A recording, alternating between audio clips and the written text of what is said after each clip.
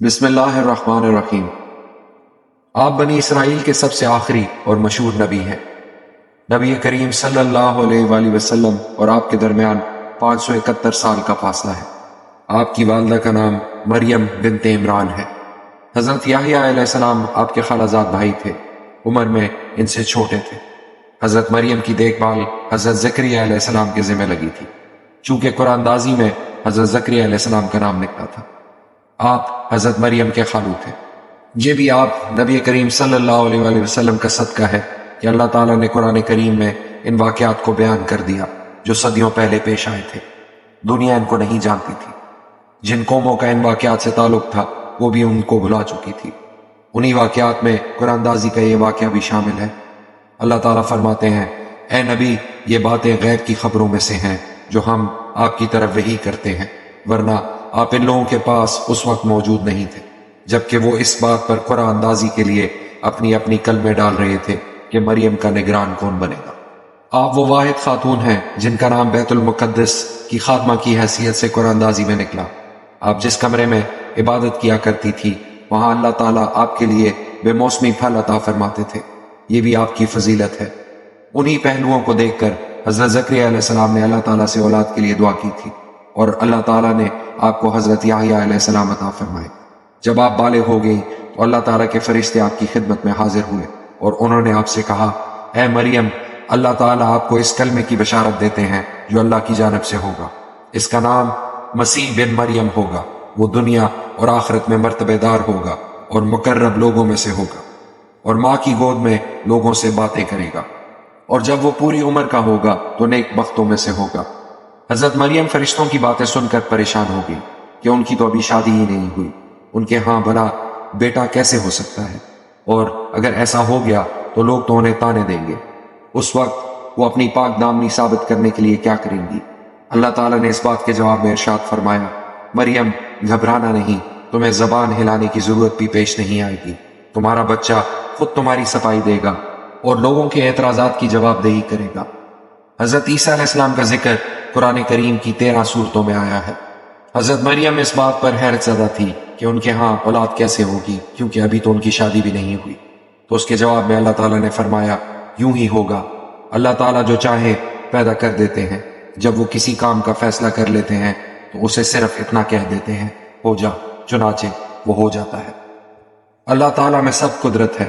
اس نے تو حضرت عیسیٰ علیہ السلام سے پہلے حضرت آدم علیہ السلام کو بغیر ماں باپ کے پیدا فرمایا، پھر بغیر ماں کے حضرت حوا کو حضرت آدم علیہ السلام سے پیدا فرمایا۔ ایک دن حضرت مریم علیہ السلام کو اکیلے کہیں جانا پڑا تو ایک فرشتہ انسانی صورت میں آپ کے سامنے آیا۔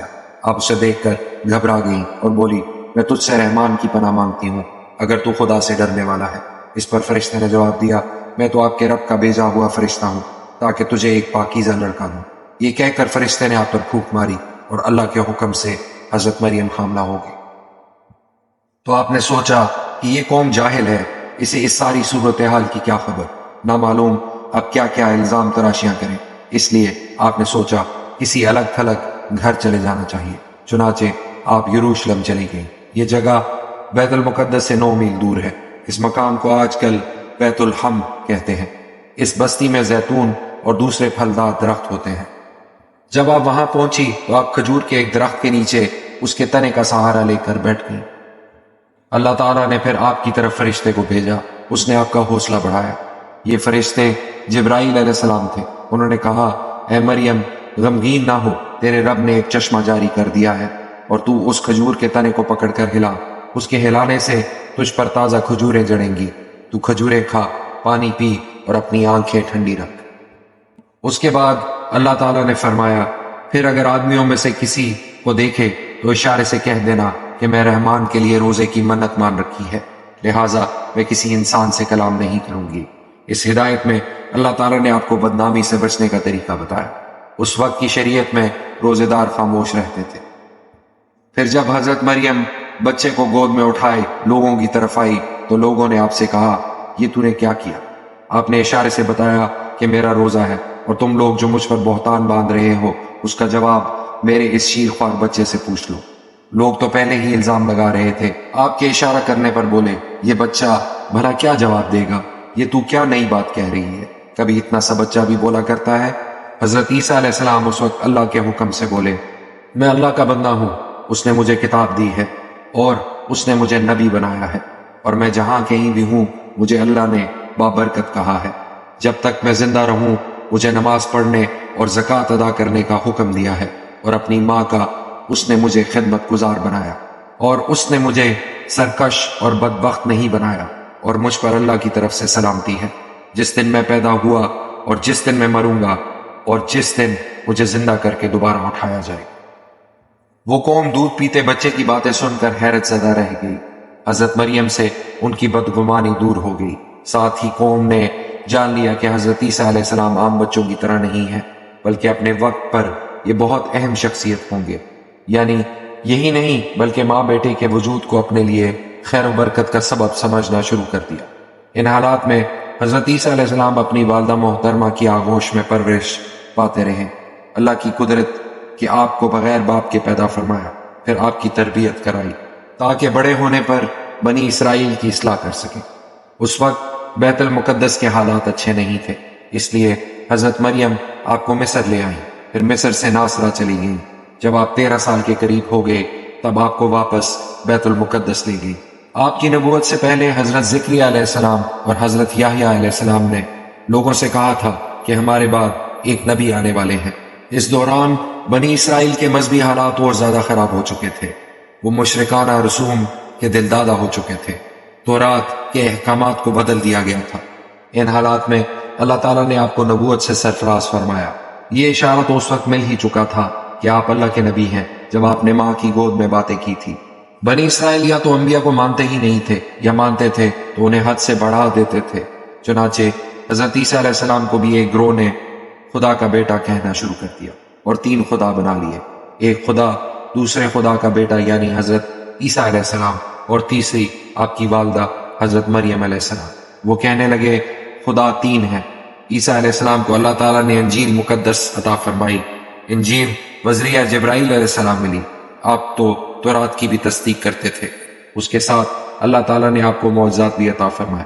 اللہ تعالیٰ فرماتے ہیں، ہم نے مریم کے بیٹے عیسیٰ کو واضح معجزات عطا کیے اور انہیں جبرائیل سے قوت دی۔ نبوت اور معجزات ملنے کے بعد آپ نے اپنی قوم سے فرمایا، میں تمہارے رب کی نشانی لے کر تم لوگوں کے پاس آیا ہوں۔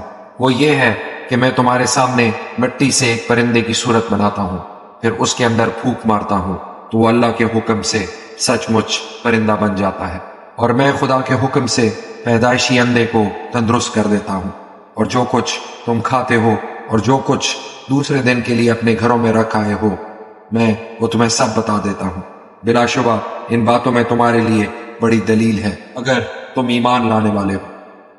آپ نے یہ باتیں ان لوگوں کے سامنے اس لیے بیان کی تاکہ وہ جان لیں کہ آپ اللہ کے نبی ہیں، اور کسی کو آپ کی نبوت پر شک ہو تو معجزات دیکھ کر یقین کر لے، اور اگر کوئی ان معجزات کو دیکھ کر بھی ایمان نہ لائے تو وہ اپنا ہی نقصان کرے گا۔ کسی کے ماننے یا نہ ماننے سے آپ کی نبوت اور رسالت کو کوئی فرق نہیں پڑے گا۔ اس زمانے میں طبیبوں اور حکیموں کا بہت زور تھا، اللہ تعالیٰ نے اسی لیے آپ کو ایسے معجزات عطا فرمائے جن کا مقابلہ بڑے بڑے حکیم بھی نہیں کر سکتے تھے۔ بڑے بڑے حکیموں کو جب یہ بات معلوم ہوئی کہ حضرت عیسیٰ علیہ السلام پیدائشی اندھوں کو تندرست کر دیتے ہیں تو ایک بڑا حکیم ایک پیدائشی اندھے کو لے آیا۔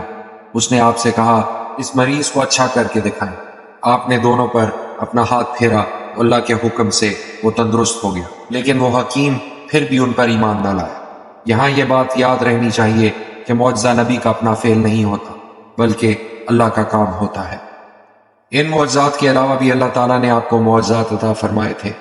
اللہ تعالیٰ نے جب بھی انسانوں کی رہنمائی کے لیے کسی نبی کو بھیجا تو انہوں نے اسے جھٹلایا، اس کے معجزات کا انکار کیا۔ حضرت عیسیٰ علیہ السلام کے ساتھ بھی قوم نے یہی کیا۔ اللہ تعالیٰ فرماتے ہیں، پھر جب عیسیٰ بنی اسرائیل کے پاس صاف اور صریح نشانیاں لے کر آیا تو وہ کہنے لگے، یہ تو کھلا جادو ہے۔ عیسیٰ علیہ السلام نے ان لوگوں سے فرمایا، لوگو میں تمہارے پاس سمجھ کی بات لے کر آیا ہوں، اور اس لیے آیا ہوں کہ بعض باتیں جن میں تم اختلاف کر رہے ہو ان کی حقیقت سے تمہیں آگاہ کرا دوں، سو تم اللہ سے ڈرو اور میرا کہا مانو۔ آپ نے ان سے فرمایا، اللہ ہی میرا رب ہے اور تمہارا بھی رب ہے، سو تم اس کی عبادت کرو، یہی سیدھا سیدھا راستہ ہے۔ آپ نے اگرچہ یہ بالکل واضح اعلان فرمایا تھا کہ وہی میرا رب ہے اور تمہارا بھی، لیکن بنی اسرائیل کئی گروہوں میں بٹ گئے۔ یہودیوں نے تو حضرت عیسیٰ علیہ السلام کا سرے سے ہی انکار کر دیا، اور عیسائی کئی فرقوں میں بٹ گئے۔ ان میں سے کوئی حضرت عیسیٰ علیہ السلام کو خدا کا بیٹا کہنے لگا تو کوئی آپ کو ان 3 خداؤں میں سے ایک کہنے لگا۔ غرض کوئی کچھ کہتا تو کوئی کچھ۔ حضرت عیسیٰ علیہ السلام کی تعلیم پر کوئی ایک فرقہ بھی نہ آ سکا۔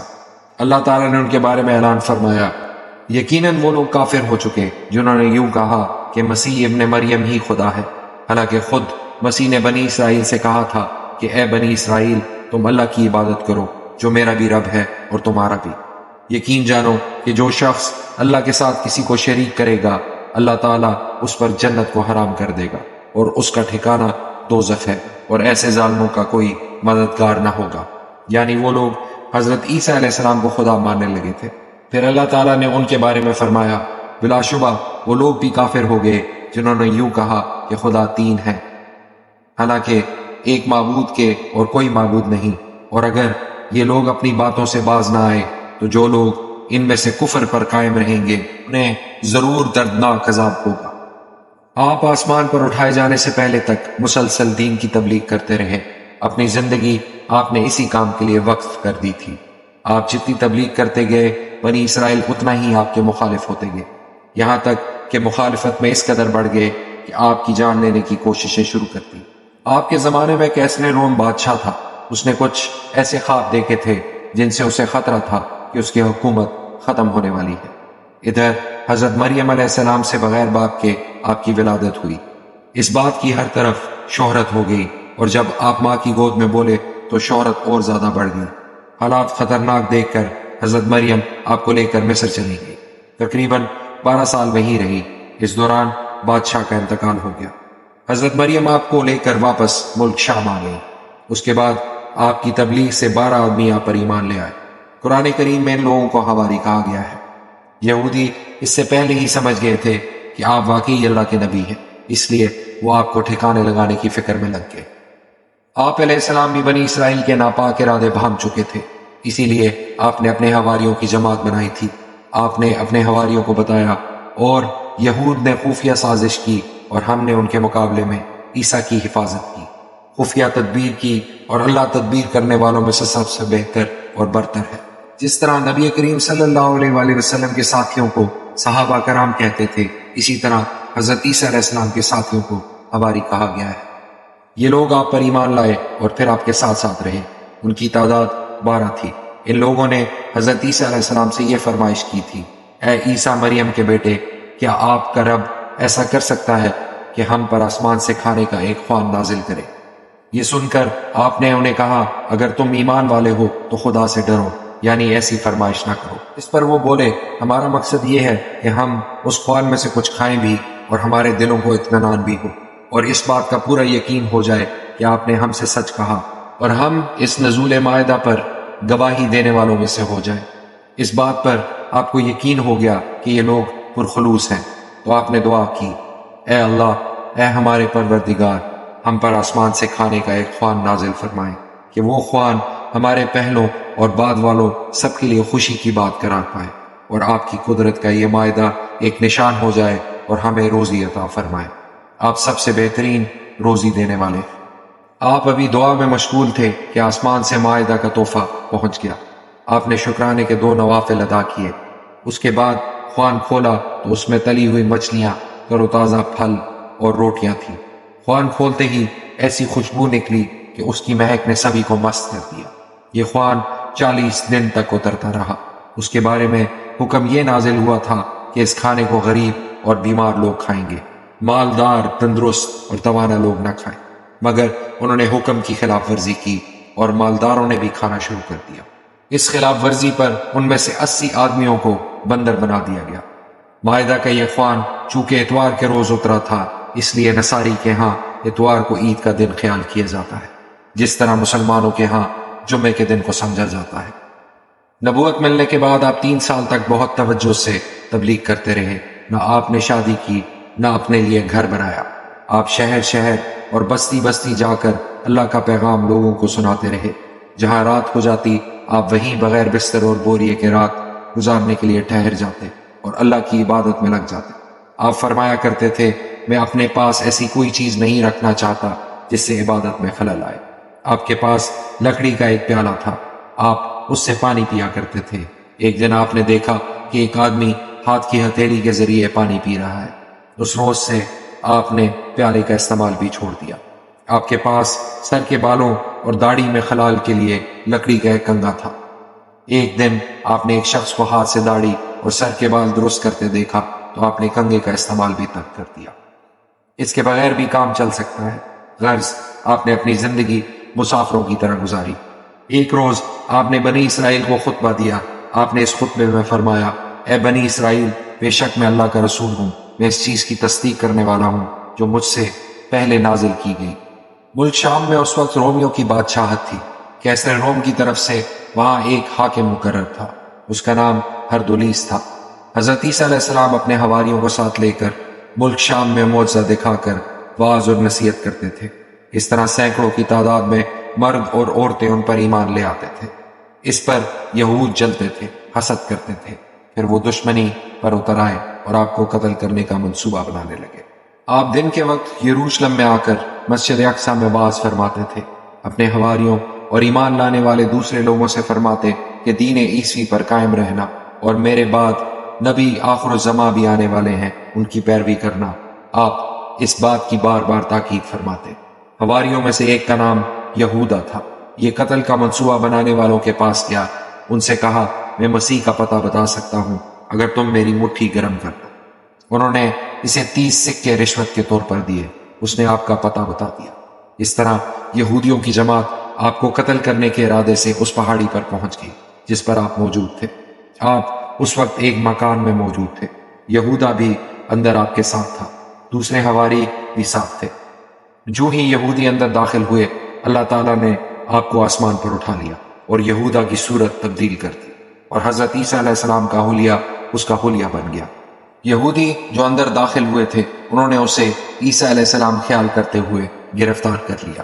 وہ شور مچانے لگا کہ میں عیسیٰ نہیں ہوں، میں تو وہ ہوں جس نے تمہیں یہاں کا پتہ بتایا تھا، مگر اب اس کی کون سنتا۔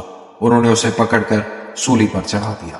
اس بارے میں اللہ تعالیٰ فرماتے ہیں، اور ان یہود کے یہ کہنے کی وجہ سے کہ ہم نے حضرت مسیح عیسیٰ بن مریم کو قتل کر دیا جو اللہ کا رسول تھا، حالانکہ واقعہ یہ ہے کہ نہ تو انہیں یہود نے قتل کیا اور نہ انہیں سولی دی، بلکہ ان پر واقعے کی حقیقت مشتبہ ہو گئی۔ اور جو لوگ یعنی یہود و نصارہ عیسیٰ کے بارے میں اختلاف کر رہے ہیں، وہ دراصل اس کے متعلق شک میں پڑے ہوئے ہیں۔ ان اختلاف کرنے والوں کے پاس سوائے تخمینی باتوں کی پیروی کرنے کے اور کوئی صحیح علم نہیں، اور یہود نے یقیناً عیسیٰ کو قتل نہیں کیا، بلکہ اللہ تعالیٰ نے عیسیٰ علیہ السلام کو اپنی طرف اٹھا لیا، اور اللہ بڑی قوت اور بڑی حکمت والا ہے۔ اب جب انہوں نے یہودا کی لاش کو دیکھا تو کہنے لگے، اس کا چہرہ تو مسیح جیسا ہے اور جسم ہمارے ساتھی جیسا، چہرے کے علاوہ سارا بدن ہمارے ساتھی کا معلوم ہوتا ہے۔ کسی نے کہا، یہ مقتول اگر مسیح ہے تو ہمارا جو آدمی اندر گیا تھا وہ کہاں ہے؟ اور اگر یہ ہمارا آدمی ہے تو مسیح کہاں گئے؟ قرآن کریم کے اس بیان سے یہ بات واضح ہو گئی کہ یہودیوں نے دھوکے میں اپنے ہی آدمی کو مسیح سمجھ کر سولی پر لٹکایا تھا، اور حضرت مسیح علیہ السلام کو اللہ تعالیٰ نے آسمان پر اٹھا لیا، جیسا کہ اللہ تعالیٰ پہلے ہی وعدہ کر چکے تھے کہ ہم آپ کو اپنی طرف اٹھا لیں گے۔ دشمن حیران و پریشان ہو کر سوچتے رہ گئے اور ایک ایسی الجھن میں مبتلا ہو گئے جس نے آج تک ان کا پیچھا نہیں چھوڑا۔ اب حضرت عیسیٰ علیہ السلام قیامت سے پہلے دوبارہ آسمان سے نازل ہوں گے۔ احادیث کی روشنی میں پتہ چلتا ہے کہ وہ دجال کو قتل کریں گے۔ آپ کے زمانے میں یاجوج ماجوج نکلیں گے، آپ شادی کریں گے، آپ کے ہاں اولاد بھی ہوگی، اور آپ اس دنیا میں 40 یا 45 سال گزار کر وفات پائیں گے۔